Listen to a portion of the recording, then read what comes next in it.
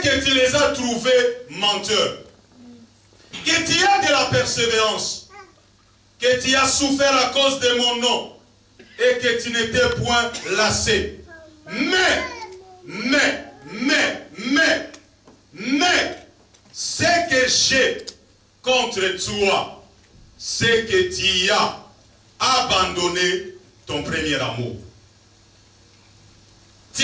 Souviens-toi, donc d'où tu es tombé, répands-toi et pratique tes premières œuvres. Sinon, je viendrai à toi et j'ôterai ton chandelier de sa place, à moins que tu ne te répandes. Tu as pourtant ceci, c'est que tu hais les œuvres de Nicolaïte, œuvres que j'ai hais aussi. Amen. Là, nous voyons le Seigneur, le maître de l'église, est en train de parler. Il est en train de parler à l'église d'Éphèse. Il commence par louer cette église. Il dit, je connais tes œuvres, je connais ton travail, je connais ta persévérance, je connais ton talent, je connais ton ministère, je connais ta vie de prière, je connais ton église, je connais. Lorsque vous lisez jusqu'au verset 3, l'église qu'on est en train de peindre là-dedans, c'est la meilleure église possible. Et tout un chacun de nous aimerait bien faire partie d'une telle église. Parce que là, le Seigneur ne fait que louer l'église d'Éphèse, ne fait que dire de bonnes choses. Il dit, je connais tes œuvres. L'église d'Éphèse avait les bonnes œuvres. L'église d'Éphèse avait le travail. L'église d'Éphèse avait de la persévérance. Mais il se tourne, il dit, malgré tout ça, j'ai quelque chose auquel j'ai contre toi. C'est quoi? C'est que tu as abandonné ton premier amour. Tu as abandonné le premier amour. Il dit, je connais tout. Je connais ce que tu es. Je connais ce que tu fais. Je connais bien ton travail. Mais ce que j'ai contre toi, ce que j'ai contre toi, ce que j'ai contre toi, c'est que tu as abandonné le premier amour. Le mot là, quand la Bible dit, je connais tes œuvres, le mot là, œuvre, c'est un mot qui vient du grec ergon. E-R-G-O-N. Pour ceux qui sont en train d'écrire, qui signifie la passion qui brille, qui consume, l'enthousiasme, les ailes qu'on a pour l'accomplissement des objectifs divins. Pas les objectifs personnels. Parce qu'il y a des gens, quand il s'agit des objectifs personnels, les gens sont très zélés, très dynamiques. Mais quand il s'agit de travailler simplement pour Dieu et qu'en retour, ils n'ont rien, leurs ailes s'éteignent. Là, il dit, je connais ta passion. Je connais la passion qui brille en toi. Je connais la passion qui te consume. Je connais ton enthousiasme. Je connais les ailes que tu as pour accomplir les buts poursuivis. Les ailes que tu as, lorsqu'il y a un but, lorsqu'un but est marqué devant toi, tu es zélé, tu es enthousiasmé. Je connais, il dit je connais. Mais, il dit, mais ce que j'ai contre toi, malgré la passion, malgré l'enthousiasme, malgré tout ça, j'ai quelque chose contre toi. J'ai quelque chose contre toi. Bien-aimé, je vais vous dire une parenthèse. Vous savez, la différence entre les ailes de l'homme et les ailes de Dieu, c'est parce que Dieu a la pleine connaissance. Tu sais pourquoi Dieu ne nous abandonne pas? Pourquoi Dieu ne nous laisse jamais tomber? Pourquoi Dieu ne nous repousse jamais? Parce que Dieu a ce qu'on appelle la pleine connaissance, la pleine compréhension. Nous pouvons être zélés aujourd'hui et changer demain. Mais Dieu ne change pas. Dieu ne change pas. Pourquoi Dieu est patient avec toi? Parce que Dieu sait que malgré que tu es méchant aujourd'hui, demain tu seras un bon garçon. Malgré que tu es méchante aujourd'hui, demain tu seras une bonne fille. Voilà pourquoi Dieu est patient. Parce qu'il a la pleine compréhension. Il dit, je connais tes œuvres. Tes œuvres, je les connais. Il dit encore, je connais ton travail. Et ce mot-là, travail, vient du grec kopos, K-O-P-O-S, qui signifie labeur, l'activité physique ou mentale appliquée à la création de quelque chose. L'activité physique ou mentale qu'on met en place pour créer quelque chose. L'effort qu'on se donne ou qu'on fait pour accomplir l'œuvre. Parce que l'œuvre sans travail ne s'accomplira jamais. Une œuvre sans travail ne s'accomplira jamais. Tu peux avoir la volonté. La bonne volonté ne suffit pas.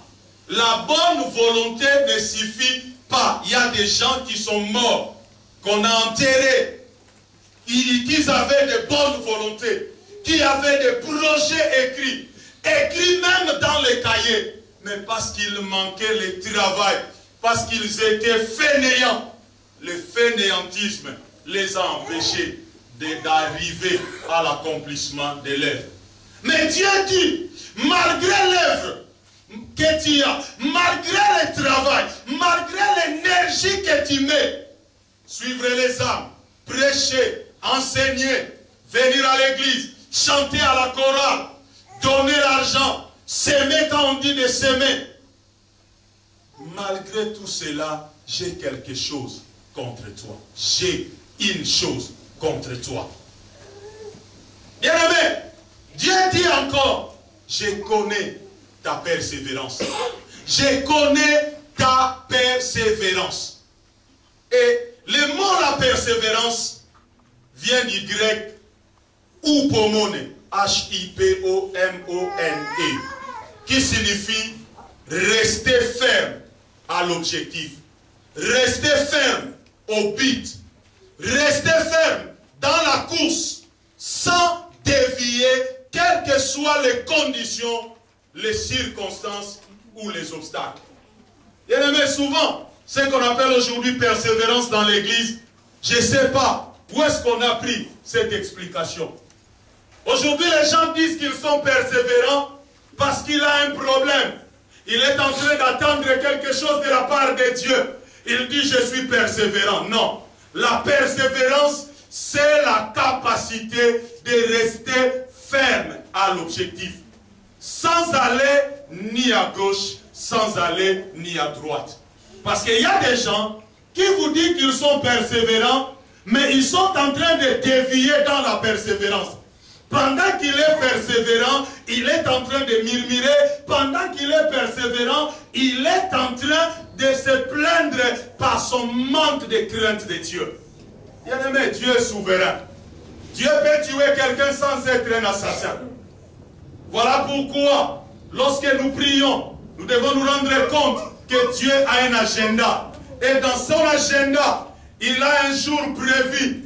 Il a l'heure prévue et il a un temps prévu pour faire ce que Dieu est en train de demander. Et si dans son agenda, il n'y a pas de prévu, plaider comme tu veux, mutile toi-même, coupe-toi les bras, les pieds, la jambe, coupe toi-même la tête. Si la chose que tu es en train de demander n'est pas dans l'agenda de Dieu, tu ne l'auras pas. Mais si à cause de, j'ai dit mais, si à cause de ton insistance, Dieu te le donne, ça va te détruire. Si à cause de ton insistance, Dieu te donne, ça va te créer des problèmes. Bien-aimé, la prière n'a jamais changé quelque chose aux yeux de Dieu.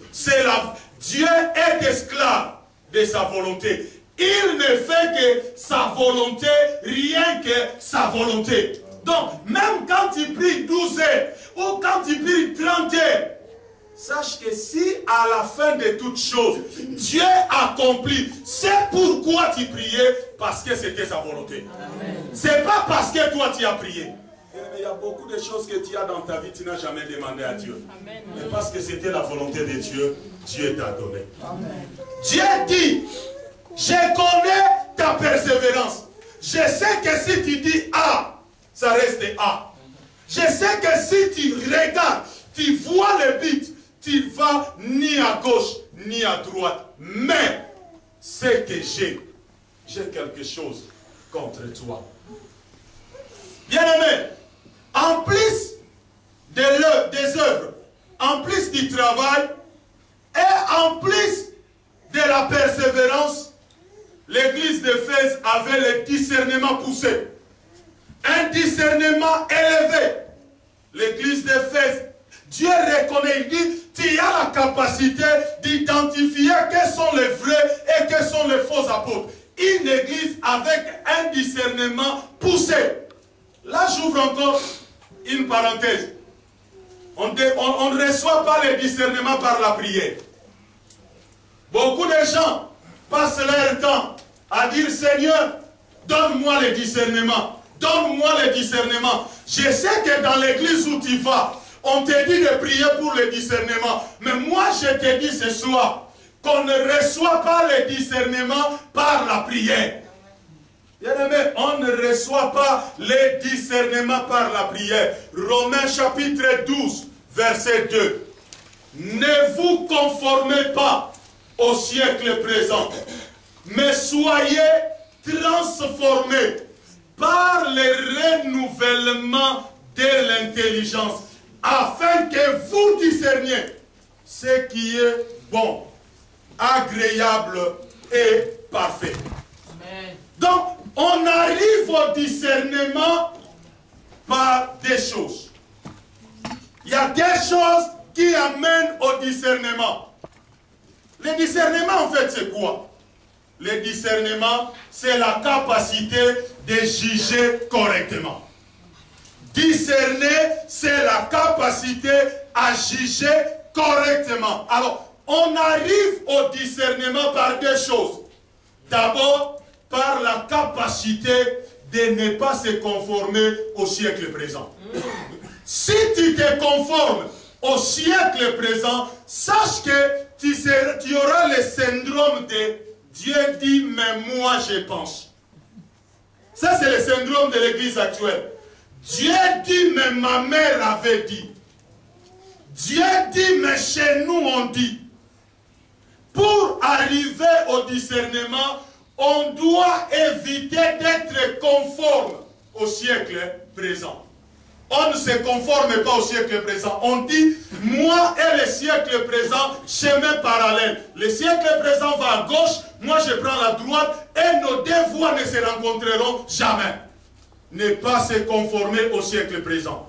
Deuxième chose, c'est la transformation par le renouvellement de l'intelligence. Bien-aimés dans le Seigneur, aujourd'hui nous avons une église remplie de païens. Je le répète encore, aujourd'hui nous avons une église sur la terre remplie de païens qui vont aller en enfer. Pourquoi? Parce que beaucoup de gens qui sont dans l'église n'ont que changé la façon de marcher, n'ont que changé les voies de la vie, mais n'ont pas changé leur mentalité. Regarde-toi bien. Regarde bien les gens avec qui tu es dans l'église. Tu vas te rendre compte que avant qu'ils viennent à l'église, ils parlaient comme ça. Mais depuis qu'il est à l'église, il continue à parler de la même chose. Avant qu'il vienne à l'église, il raisonnait comme ça. Depuis qu'il est à l'église, il continue à raisonner de la même façon.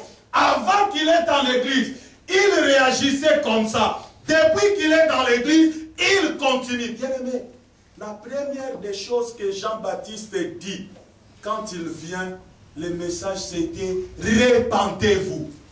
Et les mots là, repentage, vient d'un mot grec « métanéo ». Métanéo, qui veut tout simplement dire changement de mentalité. Bien aimé, si l'église du Congo, comme il n'y a plus de Congolais ici, ne change pas, le Congo aura du mal à aller de l'avant. Pourquoi? Parce que la même mentalité qu'il y a dans l'église, c'est la même mentalité qu'il y a dans le monde. Bien aimé, il dit, malgré le discernement poussé de l'église d'Éphèse, Dieu dit, j'ai quelque chose contre toi. Malgré ton discernement. Il dit encore, tu as de la répugnance, tu as de la haine contre le mal, comme moi. Cette église-là, le Seigneur pouvait s'identifier. Il dit, toi vraiment, tu es le mal comme moi. Donc, Dieu pouvait venir regarder et dire, ah, vraiment cette église. Il y a les gens qui ont ma nature. Ils ont ma nature. Moi, j'ai le mal. Eux aussi, et le mal. Mais il dit, malgré la haine du mal, malgré la répugnance du mal, c'est que j'ai une chose contre toi. Il dit, j'ai une chose contre toi. La chose c'est quoi? Il dit, tu as abandonné ton premier amour. Maintenant, je veux que nous parlons un peu du premier amour. Parce que le premier amour là a été préparé dans de mauvaises sauces qui ont créé beaucoup de problèmes et aux gens et à l'église aujourd'hui. Quand moi j'étais converti, on me disait, frère, toi tu étais toujours allé à l'église, mais maintenant tu viens une heure après au culte, tu as abandonné ton premier amour. Mais dans la suite des temps, j'ai lu la Bible, je me suis rendu compte que le premier amour au fait n'est pas attaché aux œuvres et à une activité. Regardez, les œuvres, ils en avaient. Le travail, ils en avaient. La persévérance, ils en avaient. Le discernement, ils en avaient. La crainte de Dieu qu'on appelle, la haine du mal, qu'on appelle couramment la crainte de Dieu, ils en avaient. Ils avaient tout. Donc cela veut dire, dans cette église, il n'y avait pas de gens qui venaient en retard. C'est ça veut dire que dans cette église, il n'y avait pas de gens qui vivaient dans le concubinage. Cela veut dire, dans cette église, il n'y avait pas de gens qui volaient Dieu. Cela veut dire, dans cette église, dans l'air choral, il n'y avait pas de stars et de starlettes. Hein? Ou, même si tout le monde est là, lui doit toujours venir en retard pour qu'on sache qu'il est là. Et quand il vient, hein, vraiment, donc, il faut. Dans cette église-là, il n'y avait pas de pasteur qui attendait que l'église, dans cette église-là, il n'y avait pas de pasteur qui attendait que non, l'église a déjà commencé depuis longtemps. Il est dans le bureau, il est en train de regarder si c'est quoi, ou de lire le journal. Quand les gens vont adorer, lui va venir entrer comme un père saint. Il vient devant la chaise, il s'agenouille. Là, il fait comme s'il a vu Dieu. Hein? Il est en train de dire des bêtises. Après, il va se lever, il prend le micro, il dit, lèvons-nous, on va encore adorer Dieu. Mais nous, on a déjà adoré. Pendant que nous, on a adoré, toi, tu étais là-bas, on a fini d'adorer, toi, tu viens, qu'on adore encore Dieu. Et quand vous allez maintenant commencer à adorer, il prend le micro, il met très haut. Commence à crier dans les oreilles des gens parce qu'ils croient que c'est en criant qu'il y a l'onction. En fait, c'est quoi l'onction? En fait, on ne va pas parler de l'onction faute du temps. Il dit, malgré, dans cette église-là, il n'y avait pas de pasteurs ou des apôtres ou des évangélistes qui volaient les autres par les faux messages de la prospérité. Le message de la prospérité, c'est un faux message. Je le dis tout haut, c'est un faux message. Amen. Si un pasteur passe son temps à prêcher sur la prospérité, c'est un faux message. Je vais vous dire ceci. La Bible dit, Bible à l'appui, je condamne personne. La Bible dit, donnez, il vous sera donné. Donnez, il vous sera donné. Maintenant, écoutez, depuis que tu as commencé à donner, il t'a déjà été donné. Bien aimé, avec ces messages-là, ce n'est que ceux qui prêchent, qui deviennent de plus en plus riches et les membres continuent à être de plus en plus pauvres. Bien aimé, la bénédiction c'est un processus. On ne devient pas riche du jour au lendemain. Bien aimé, ne suis pas un pasteur qui te dit un soir, donc tu viens ce soir-là, tu mets 1000 € et demain tu seras béni. Voilà pourquoi les gens sont déçus. Ils ont donné, ils ont donné, ils ont donné. Le mariage ne vient pas, les enfants ne viennent pas, la prospérité ne vient pas, l'élévation qu'on leur a dit ne vient pas. La personne dit, les pasteurs sont des... Il va rester à la maison. Pourquoi cette personne va rester à la maison? Parce que lui et le pasteur qui était en train de lui dire de s'aimer n'avaient rien compris. Amen. Amen. La bénédiction, c'est un processus, frère. Lorsque tu lis dans les livres de Genèse, lorsque Jacob est en train de retourner dans sa maison, Jacob va rencontrer Dieu. Il dit à Dieu, l'ange de l'Éternel, c'était Dieu. Hein? Il dit à Dieu, je ne te laisse pas partir si tu ne me bénis pas. Regardez, regardez. Jacob qui demande la bénédiction était très riche. Il avait des femmes, il avait des becs, il avait des enfants. Il était très riche. Mais il dit, je ne te laisse pas si tu te bénis, si tu ne me bénis pas. Hein? Dieu n'a pas fait comme les pasteurs qu'on connaît aujourd'hui. Hein? Là, il est en train de trembloter pour faire bien, pour te faire voir qu'il y a vraiment tu auras. Il n'a pas dit qu'est-ce que tu as besoin. Dieu ne lui a pas dit à Jacob qu'est-ce que tu as besoin. Mais il a dit à Jacob, quel est ton nom? Donne-moi un peu ton identité. Parle-moi un peu de toi. Tu demandes la bénédiction. Toi, c'est qui en fait? Dis-moi un peu. Toi c'est qui? Ta nature est comment? Parle-moi un peu de toi. Je vais un peu savoir qui tu es, toi, Jacob. Amen. Jacob dit, je suis Jacob. Voleur, usurpateur, menteur. Hein? C'est lui qui donne le derrière. Donc c'est lui qui est charnel. Donc, c'est lui qui veut se mettre là où il n'est pas. Donc, il veut donner l'image, en fait, de ce qu'il n'est pas. Bien aimé, dans l'église de Corinthe, il n'y avait pas ça. Hein? Dans l'église d'Éphèse, pardon, il n'y avait pas ça. Dans l'église d'Éphèse, il n'y avait pas des gens qui sautaient et qui chahutaient pour rien. Hein? Au moindre cantique, les gens commencent à l'église à sauter. Il y a maintenant, je vais vous dire une anecdote. Je suis un jour dans une église. Mais j'ai dit aujourd'hui, on vient réfléchir. Hein? On vient pas. Donc je vais te délivrer dans la mentalité. Hein? Parce que si tu n'es pas délivré, aller à l'église comme tu veux, tu auras de problème. Hein? J'étais un jour dans une église. Quelqu'un est en train de faire comme ça, il est en train de faire sa gymnastique, bah, il commence à parler. Pendant qu'il est en train de parler, il fait...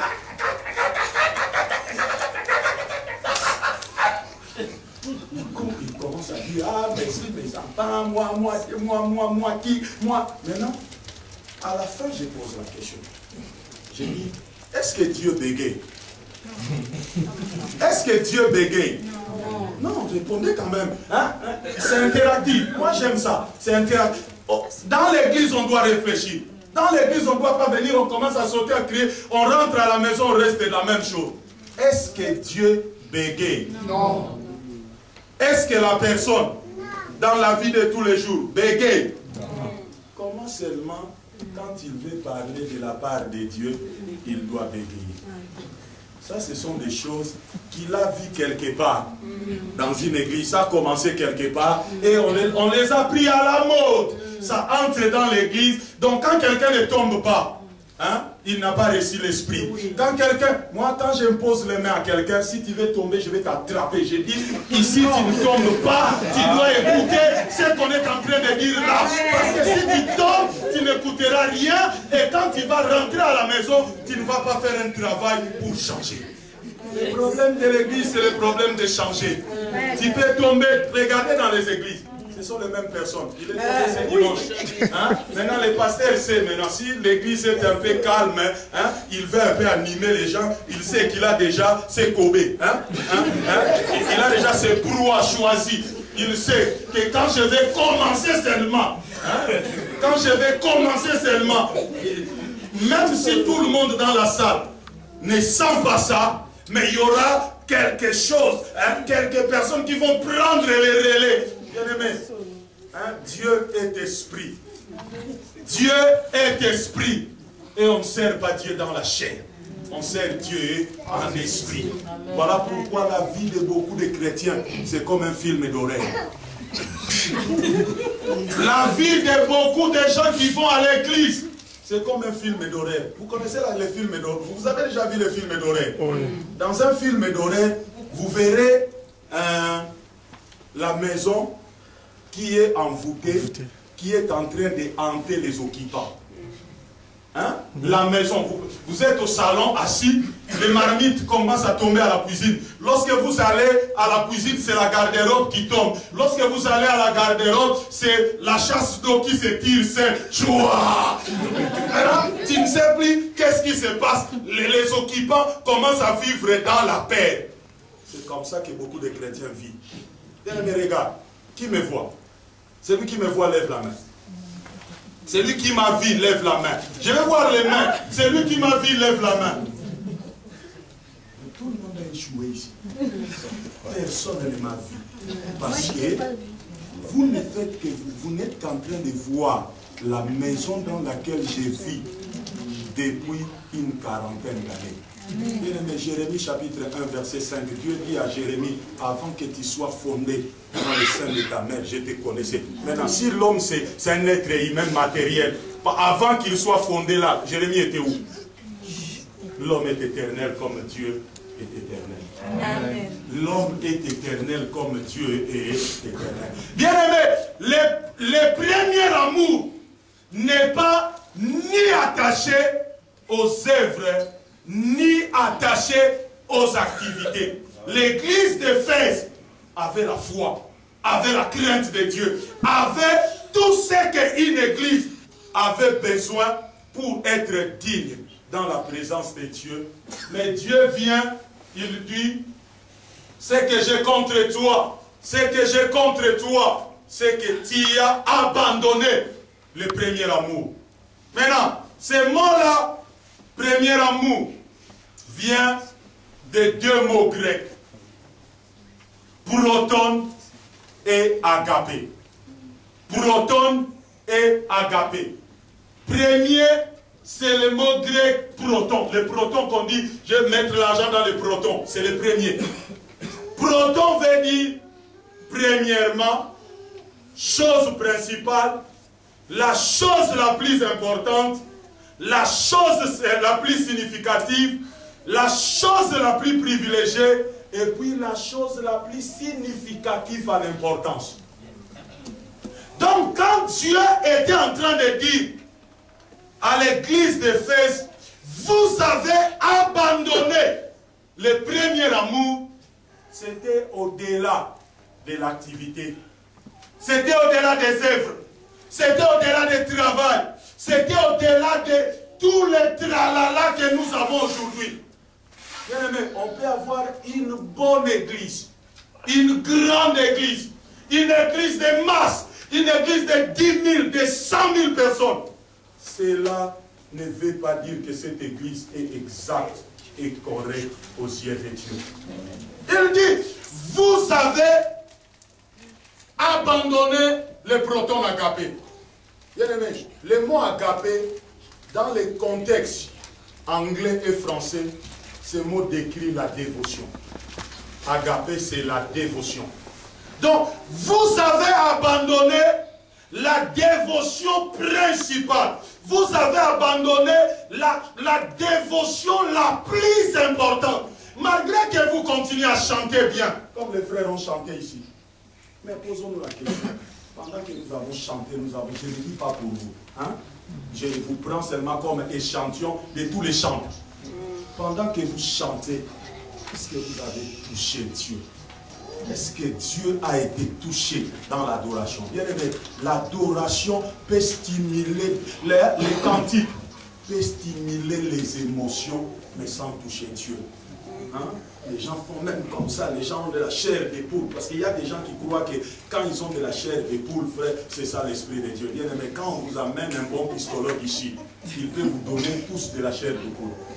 Bien aimé, je vous dis, je suis sorti de ces choses, frère.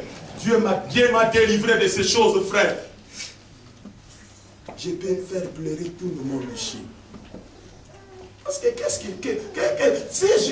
bien aimé, aujourd'hui dans les églises, en fait, on ne joue qu'avec les émotions des gens.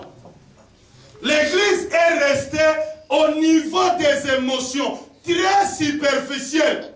Mais ouvre quand même les yeux, vois. Ouvre les yeux, regarde. Bien aimé, on t'a donné 9 prophéties dans l'année. L'année va finir. Même la moitié d'une des prophéties ne va pas s'accomplir. Ouvre quand même les yeux. Ouvre quand même les yeux. Nous devons retourner à la Bible. Nous devons retourner à la Bible. Les apôtres nous ont peint un modèle. Ils ont présenté, bien regardez dans la Bible, les jours où Ananias et Saphira a voulu seulement bousculer et trahir la mentalité de la communauté. Dieu est venu vite, il a réglé ça. Il a pris, parce que si les apôtres avaient chassé Ananias et Saphira de la communauté, ça allait faire un gros problème. Ah, vraiment dans cette église-là même, les autres pasteurs cherchent les gens, mais elles chassent les gens. Hein? Ça allait être comme ça. Mais Dieu est venu lui-même, il a pris Ananias et Saphira, il les a mis à côté. Parce que Dieu ne voulait pas la corruption dans les sanctuaires. Il ne voulait pas la corruption. Donc là, il dit, vous avez abandonné, vous avez ce que j'ai contre vous. C'est que tu as abandonné les protons agapés. Maintenant, regardez le verset qui suit. Pour comprendre que les protons agapés, ce n'est ni les œuvres ni les activités, il dit, souviens-toi, dites d'où tu es tombé. Souviens-toi d'où tu es tombé. Bien aimé, on tombe d'une position. On tombe de quelque part.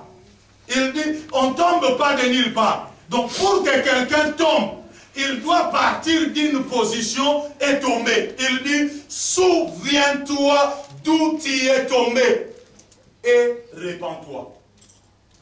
Souviens-toi d'où tu es tombé. Souviens-toi, souviens-toi. Donc cela veut dire, bien aimé, vous savez, il y a des églises, quand ça a commencé, ils connaissaient Dieu, ils priaient Dieu. Mais depuis des années, ils ont laissé Dieu dans une bifurcation. Hein? Pendant qu'ils tournaient, Dieu a pris la droite et par routine. Hein? Regardez, bien aimé, on n'est pas en train d'attaquer quelqu'un, de comprenez. Même les plus grands prophètes dans la Bible se sont trompés. Voilà pourquoi lorsqu'on suit Dieu, on ne doit pas suivre Dieu avec les train-train de tous les jours. On ne doit pas suivre Dieu avec la routine. On ne doit pas suivre Dieu comme tout le monde. On doit avoir une relation personnelle avec Dieu. Parce que si tu suis tout le monde, Samuel était à son époque à l'apogée de son ministère comme le plus grand prophète en Israël. Mais Dieu l'appelle d'aller oindre David comme roi. Il arrive là-bas, il se trompe. Quand il a vu seulement les frères de David qui étaient grands costauds, il dit, Dieu vraiment, il a choisi lui. Dieu lui a dit, non, tous les hommes là, vous avez un problème, vous ne regardez qu'avec les yeux. Maintenant, le problème aujourd'hui, c'est ça. Les gens sont attirés par la beauté extérieure. Les gens sont corrompu par l'extérieur. Frère, je vous dis, moi aujourd'hui, là où Dieu m'a amené, même si tu ressuscites les morts, hein, même si tu ressuscites les sorciers aussi ressuscitent les morts. Donc même si tu ressuscites les morts, ça ne bouge pas. C'est le style de vie. Montre-moi. Jacques dit, montre-moi ta foi. Montre-moi ta foi. Moi, je te montrerai les œuvres. C'est le style de vie, les valeurs et les principes de la parole de Dieu. Bien-aimé, bien-aimé, bien-aimé, bien-aimé. Il dit, souviens-toi d'où tu es tombé. Je te donne une grande révélation. Dans le livre de Genèse, on dit, Dieu a dit, faisons l'homme à notre image et selon notre ressemblance, et qu'il domine. Aujourd'hui, il y a des gens dans l'église qui prêchent la domination, qui veulent dominer sans être l'image et la ressemblance de Dieu. La domination est attachée au nôtre. Amen. La domination est attachée au nôtre. Donc Dieu dit, faisons l'homme à notre image et qu'il soit à notre ressemblance et qu'il domine. Donc, on ne domine pas tant qu'on n'est pas devenu l'image et la ressemblance de Dieu. Bien aimé, regardez. Autre chose, vous qui chassez les démons, hein? Faites attention, vous qui chassez les démons, sans être bâtis. Jésus dit à Pierre, quand Pierre il pose la question à Pierre, comment? Il dit à Pierre, qu'est-ce que les gens pensent de moi? Les autres, il y en a rien, parle. Et il demande, et vous? Pierre lève la main, il dit, tu es le Christ, le Fils de Dieu vivant. Il dit beaucoup de choses. Christ dit, sur cette pierre, hein? Tu es Pierre. Tu es Pierre. Le mot là, tu es Pierre. Pierre, les premières pierres, dans les textes originaux de la Bible, est traduit par Pétros, pour différencier Pierre l'homme et la pierre la révélation qui est Christ. Il dit tu es Pierre, tu es Pétros, et sur cette pierre la deuxième pierre et la première pierre n'est pas la même chose. Les catholiques nous ont menti. Voilà pourquoi il dit les saints-pères c'est les successeurs des pierres, parce qu'ils croyaient que les deux pierres en fait étaient la même chose. Bien aimé, voilà pourquoi vous devez lire la Bible. On n'est pas en train de dire des choses qui sortent, si toutes ces choses-là se trouvent dans la Bible. Soyez comme les chrétiens des Bérés. La Bible dit que les chrétiens des Bérés étaient différents des chrétiens des Thessaloniques. En rentrant à la maison, ils passaient le temps à vérifier ce qu'on était en train de leur dire dans l'église, si c'était vrai. Bien aimé, excusez-moi les termes. Je vais dire quelque chose de très choquant, mais excusez-moi.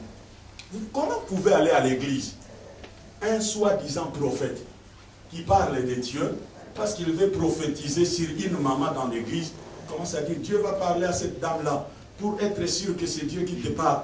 Derrière, tu portes une culotte rouge. Quel est ce Dieu immoral comme ça? Quel est ce Dieu? Et il y a des gens qui acclament ouais, amen, amen, amen. Mais ça, c'est quoi ça? Ça, c'est l'église. Ça, c'est l'église. Ça, c'est l'église. Frère, avec une telle église, frère, on est encore là pendant longtemps. On est encore là pendant longtemps. Dieu dit, faisons l'homme à notre image et notre ressemblance. En fait,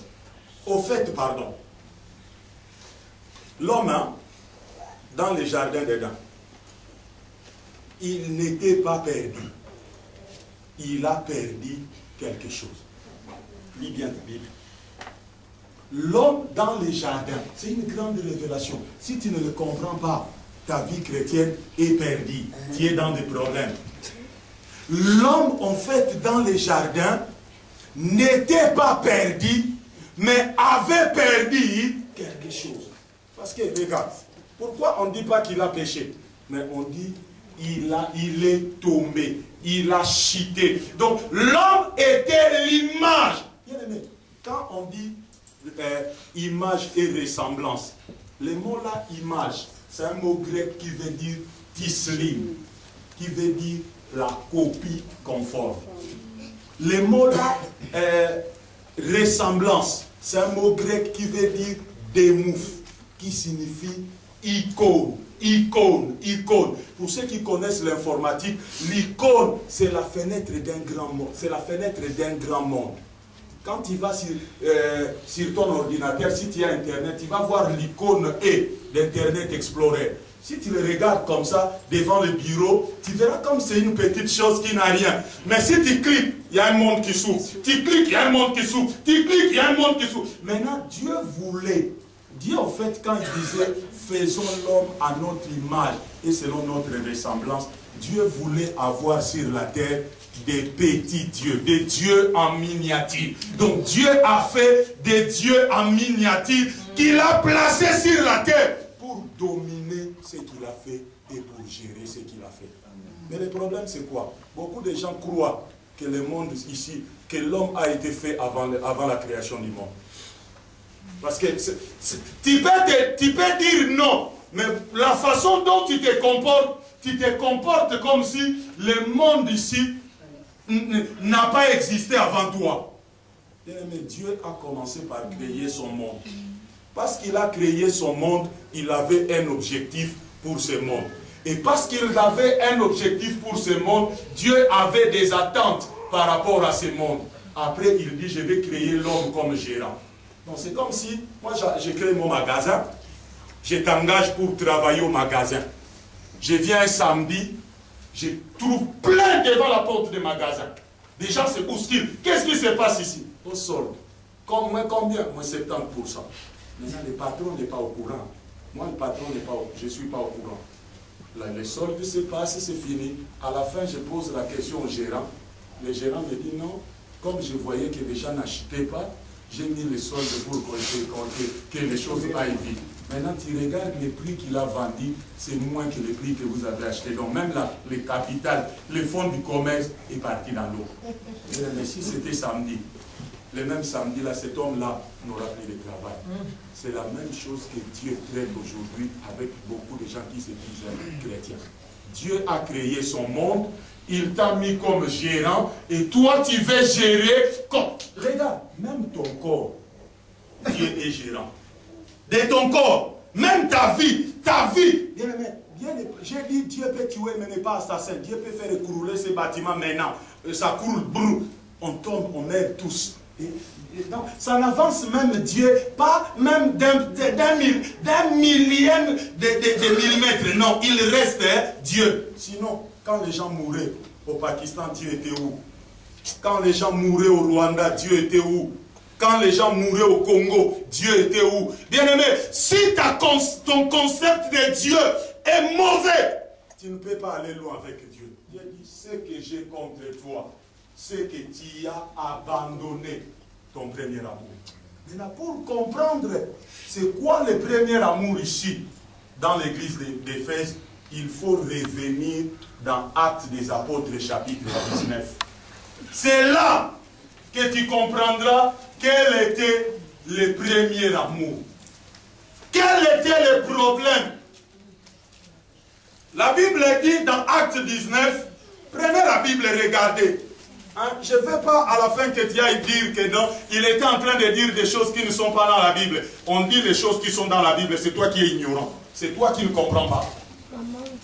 Acte 19. Paul arrive à Éphèse. Quand il arrive à Éphèse, il rencontre un groupe de disciples. Il leur pose la question. Avez-vous reçu le Saint-Esprit? Retenez bien, on est dans Acte combien? 19. Le Saint-Esprit est descendu dans Acte combien? 2. Le Saint-Esprit dans l'Église est depuis Acte 2. Maintenant, si vous voulez comprendre la réalité de ces disciples-là, on dit, avant que Paul arrive à Éphèse, il se trouvait à Éphèse Apollon. Dans d'autres versions, on dit Apollos. Un frère très éloquent qui prêchait la parole de Dieu. Quand il commence à prêcher la parole de Dieu, mais Apollos, malgré l'éloquence, malgré la posture, Apollos manquait la révélation de la saison. Dans chaque saison, frère, il y a une révélation. Dans cette saison-là des Actes des Apôtres, la révélation de Dieu, c'était le Saint-Esprit, le consolateur, le paraclite. J'ouvre encore une parenthèse sur le Saint-Esprit. Parlons un peu du Saint-Esprit. Je vais parler 2 minutes du Saint-Esprit. Le Saint-Esprit, la Bible l'appelle le paraclito, qui signifie l'aide, en lingala mosungi. Alors, quand on dit que cette personne-là, c'est l'aide de la personne, donc cela veut dire, soit il fait ce que l'autre ne peut pas faire, soit il attend que l'autre commence et que lui vienne l'aider. J'étais en train de parler avec mon ami le pasteur Jean, le pasteur de cette église. On était en train de discuter sur ces choses-là. On a compris qu'aujourd'hui on a des problèmes. Bien aimé, aujourd'hui, on a des prédicateurs qui lisent la Bible dans la salle. Hein? Pendant que, je ne suis pas contre eux, hein? C'est leur grâce. Parce qu'on dit à tout un chacun, la grâce est donnée selon la mesure du don. Leur don est tellement infime. Voilà pourquoi ils font ça. Tu vois un prédicateur qui va prêcher un dimanche. Il a jeûné pendant 21 jours. Mais il lit la Bible pendant 5 minutes dans la salle, pendant la réunion. Hein? Donc, depuis qu'il est parti de sa maison jusque dans la salle, il n'avait pas un message à prêcher. Il arrive pendant que vous vous dorez. Vous verrez, vous entendez pendant, dans le mélange de bruit dans l'adoration, des faits. Donc lui, il est en train de... Il y a même qui tire au sort les versets. Hein? Donc il prend la Bible, il fait comme ça, il dit, mon Saint-Esprit, j'allais dire mon sang, cher Saint-Esprit, parle-nous, ouvre la Bible. Et les versets qui tombent là, c'est le message du jour. Vous voulez avec ça que l'Église aille, hein? Que l'Église aille, hein? On dit Paul débarque à Éphèse. Avant qu'il débarque, il y avait Apollos, un bon orateur, éloquent, communicateur, qui savait prêcher la parole de Dieu. Communiquer, frère. Aujourd'hui, sur la terre, frère, nous avons des beaux parleurs, hein, frère. Nous avons des gens, nous avons des prédicateurs, frère. Il vous met dans les légendes, dans les traditions, dans des quoi. Vous ne savez pas, en fait, quand quelqu'un sort de l'église, vous lui demandez comment c'était l'église aujourd'hui. Ah! C'était chaud. C'était chaud, l'onction, c'était chaud. On a parlé de quoi? C'était chaud. Parce que les prédicateurs, en fait, comme avant le 15e siècle, parlaient en latin. Vous savez, hein? Avant le 15e, entre le 3e et le 15e siècle, quand les Romains ont récupéré l'église entre les mains, quand les catholiques, hein? En fait, si tu es catholique ici, ne sois pas choqué. En fait, l'église catholique n'est pas une église. Hein? C'est un mouvement. Pourquoi ce n'est pas une église? Parce que lorsque ces gens-là, au 3e siècle, lis l'histoire. Vous lisez que la Bible. Lis l'histoire. Va sur Internet, lis l'histoire. Documente-toi. Ne passe pas le temps à lire la Bible et tu vas t'abrutir. Donc, quand tu lis la Bible, lis encore d'autres choses.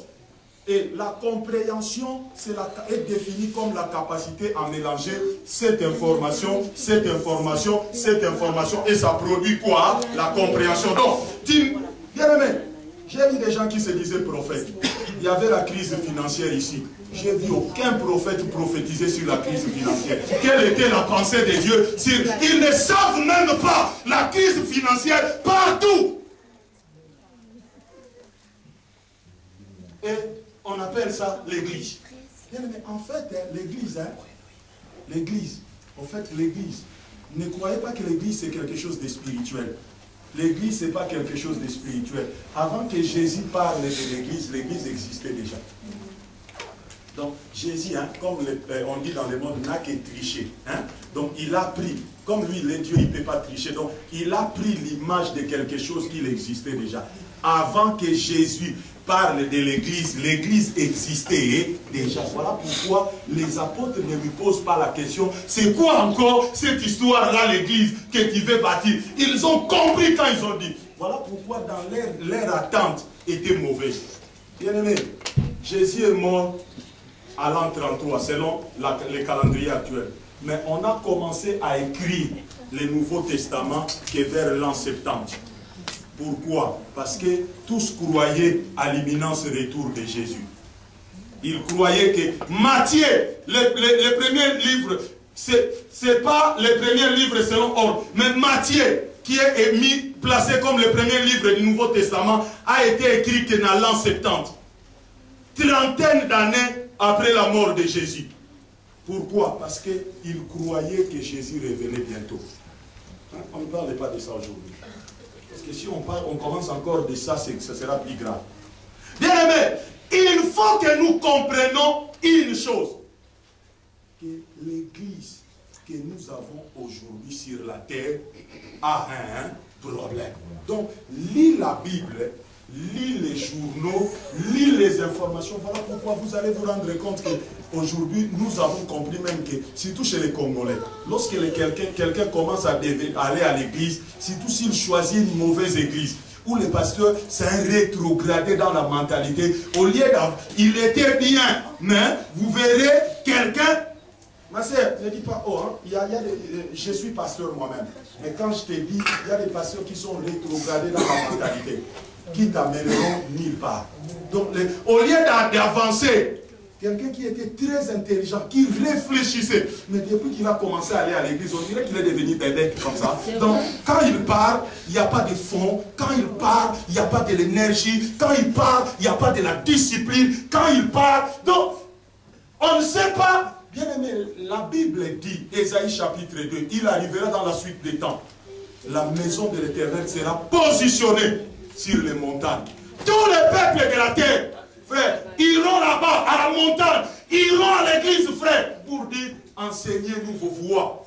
Frère, le vrai mariage, frère, la Bible dit, frère, si tu veux aimer ta femme, tu dois demander la grâce de Dieu. Amen. Parce que la Bible dit, homme, aimez votre femme comme Christ a aimé l'église. Donc le vrai amour, c'est dans Christ. Bien aimé, une bonne société, hein, on ne va pas parler de la crise financière, mais bien aimé, la cause de la crise financière que nous avons eue, c'est la cupidité de l'homme, c'est le cœur de l'homme. Mais tous les prophètes ne l'ont pas prophétisé. Les prophètes qui voient le roi, les prophètes qui ont les chaînes de télévision devaient dire à la télé, hé homme, écoutez-nous, ce qui nous détruisent aujourd'hui, c'est la cupidité de l'homme. Vous savez, la crise financière a commencé comment? Il y avait quelques bandes, des escrocs américains qui ont, quand tu lis les journaux, on parle de la crise des subprimes. Tu n'as jamais compris c'est quoi la crise des subprimes. Laisse qu'on te le dise à l'église. Laisse qu'on te le dise. Parce que l'église, c'est le bon endroit d'éducation de masse. La crise des subprimes, c'est seulement lorsque les banques américaines avaient compris qu'ils devaient mettre en place une magouille. La magouille, c'était quoi? Il y avait, avec le boom de art.com, le boom de l'informatique, il y a eu le boom immobilier. L'immobilier était en train de monter, de monter. Ils ont calculé une machination. Ils ont dit, on va donner des crédits pour que les gens achètent des maisons, même aux gens non solvables. Hein? Donc même aux gens non solvables.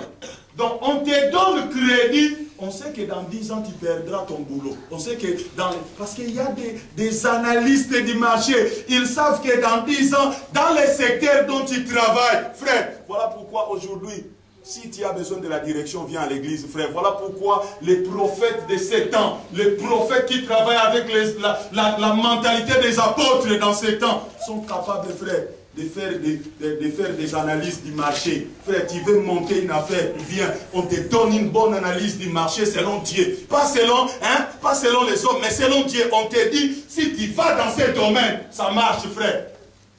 J'ai un ami, il y a plus de 5 ans avant la crise financière, il avait prophétisé sur la crise financière.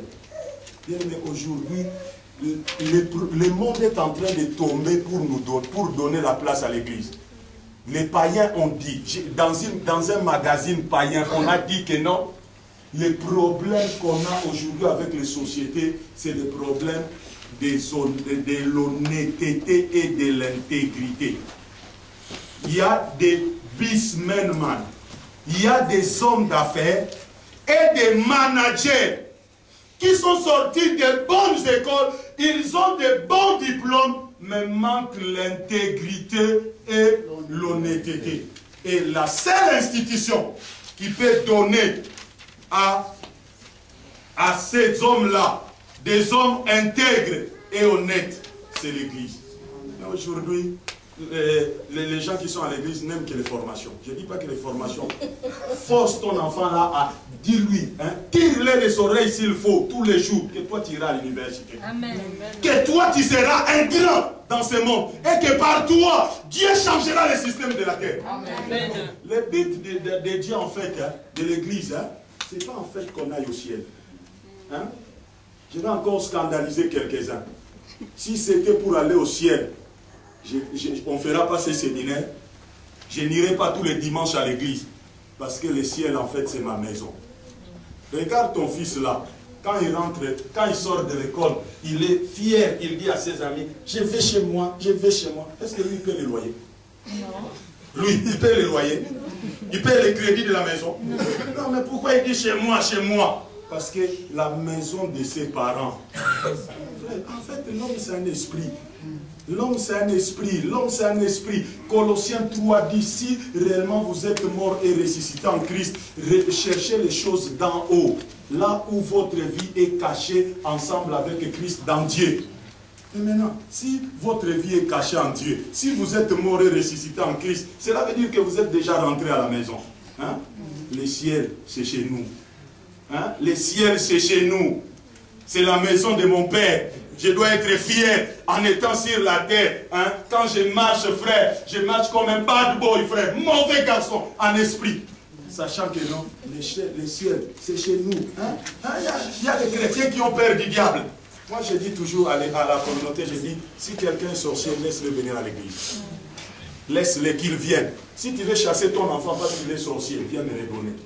Mais les jours où il devient ministre, parce qu'ici les Noirs deviennent maintenant les ministres, les jours où il devient ministre, ne vient même pas. Ne vient même pas. Parce que, ou bien nous avons Dieu, ou bien nous n'avons pas Dieu. Amen. La Bible dit, petits enfants, vous êtes des dieux.